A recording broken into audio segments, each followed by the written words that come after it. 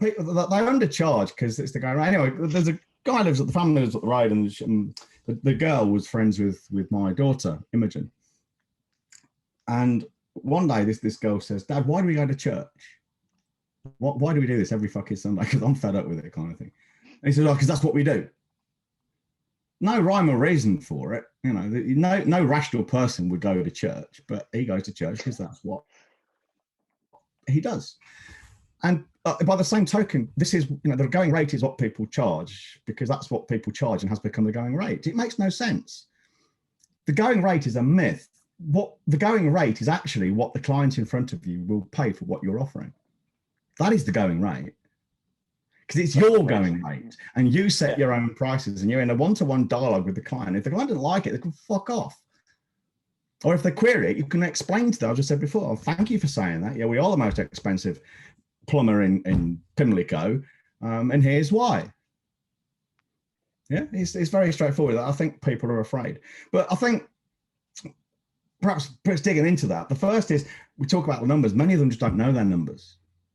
Yeah, that guy is doing $1 million turnover a year as a Ricky, doesn't know if he's making a profit or not. To him, he probably sees the million and thinks, "Well, I'm a millionaire. I'm doing $1 million a year." Yeah, I'm not making fun of the guy, and he was a really nice bloke. I really wish he'd joined us because I got the feeling he knew there was something creaky in his business. This was right at the start of COVID. Really nice bloke. But he just didn't know his numbers. He probably thought, I've got $1 million a year business. Down the pub with his mates, yeah, I'm doing $1 million a year. Well, what does that even mean? If you're turning over $1 million a year, I'm not impressed. No, me neither. If you're making $1 million a year profit, I might be impressed. But if you're doing $1 billion in sales and only making $1 million, I'm not. You know? So it's all context dependent. Well, I think to know the context, to understand the context, you've got to know the fucking numbers. And most people don't. They just see all this net, all this gross and think there must be some net in there. Big pot of money, fucking look at my bank account, 150K in my bank, fucking living it large. But when you start taking out of that, and they're starting thinking, yeah, but 20% of that is, what's corp tax in the UK? 20%? Yeah. It's 11 here. Yeah, it's 11%. I think it's 11% here. You think you've got to take 20% of that for tax, and some of that's maybe some of that's VAT. All those things, then you start to realize, well, that $1 million turnover doesn't actually translate to much profit. But unless you know your numbers, you don't know your numbers. And because they don't know this, they look at that headline number and think, we're doing okay, we're doing $1 million a year, we're doing okay. Don't need to increase our prices, we're doing okay. And then there's this kind of cognitive dissonance is, yeah, we're doing okay, we're doing $1 million a year, that's great. But I still ain't got any money to take out at the end of the month. This doesn't add up. But hey, we're doing $1 million a year, so it must be all right. It must be wrong.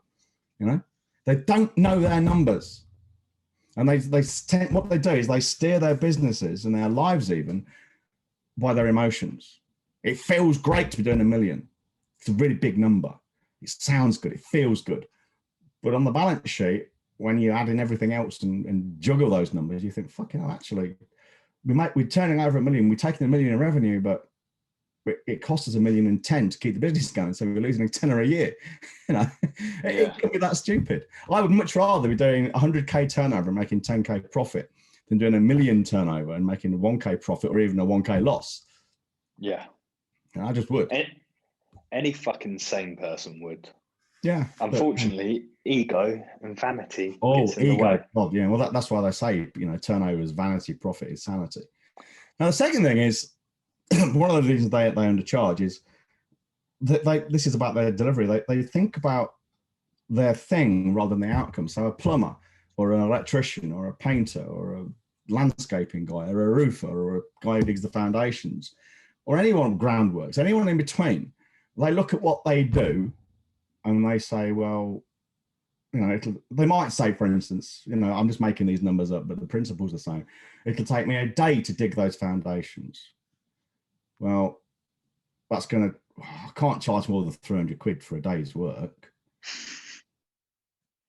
Well, that's people's thought processes. They've got this connection between how long something takes and how much they should charge. And there's absolutely no reason to do that unless you consciously decided to charge by the time. Now, you might say, okay, to dig the foundations for a house, we're going to charge 5K.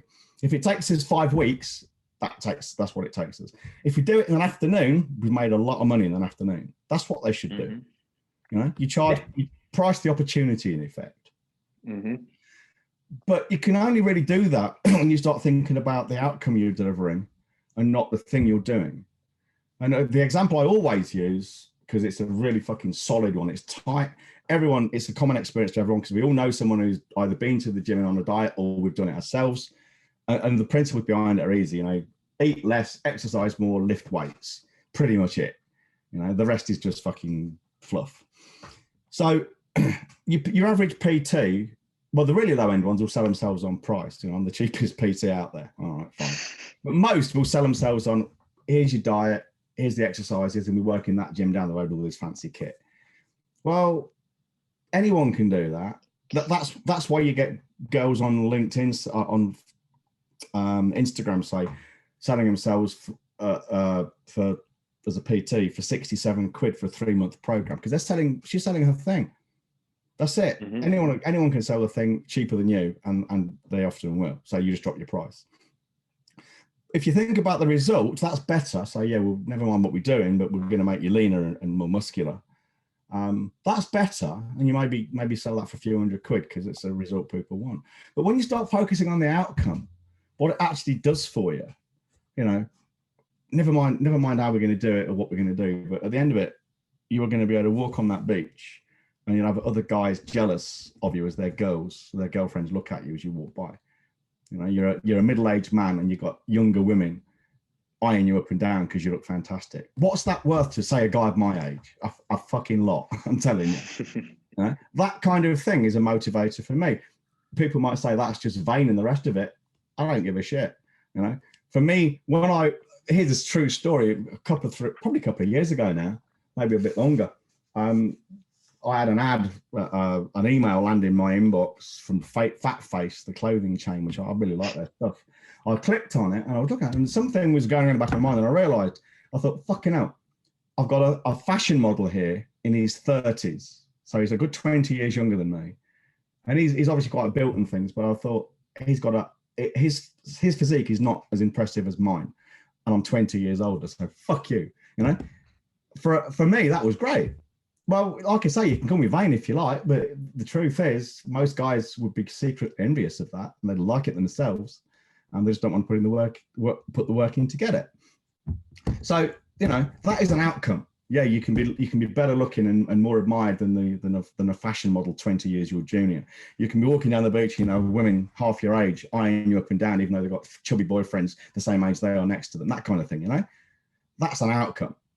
And we've all got one. And most people will lie about it because they say, well, I'm not vain really, and all those kinds of things, and I'm happy just being me. Yeah, you say that until you get some fucking tight pussy sitting on your face, then you change your fucking chin.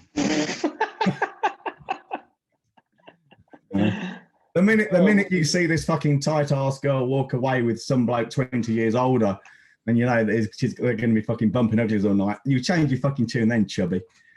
But it's true, isn't it? True. Yeah. So think in terms of the thing rather than the outcome. And as you know, one of the things we do in Foundations very early on, about step 3 in our Kickstart process, is to get people thinking about the outcome, not the thing or the result. And the third reason, dead simply, it's just fucking fear. They're afraid to raise their prices. You know, they're afraid of rejection. That's an ego thing. Don't like to be told no. What I've got to understand is when you're told no, don't want to buy it, it's not a rejection of you as a person. Or even if it is, so what? Why do you care?